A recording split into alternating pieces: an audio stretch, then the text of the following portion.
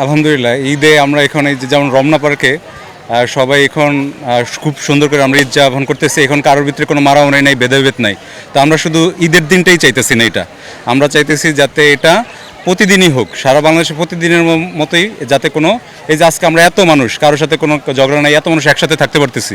তাই আমরা চাই আগামীর বাংলাদেশটা সবাই যাতে এইভাবেই থাকতে পারি, এইভাবেই যাতে কোনো ঝগড়া, কোনো কারো ভেদাভেদ না থাকুক, কোনো বর্ণ ভেদাভেদ বা ধর্ম ভেদাভেদ কোনো কিছু না থাকুক। আমরা আগামীর বাংলাদেশটা এমনই চাই। ঈদ যেমন আনন্দ নিয়ে আসে, আমরা চাই শুধু বছরের প্রতিটা দিনই এভাবে আনন্দে থাকতে।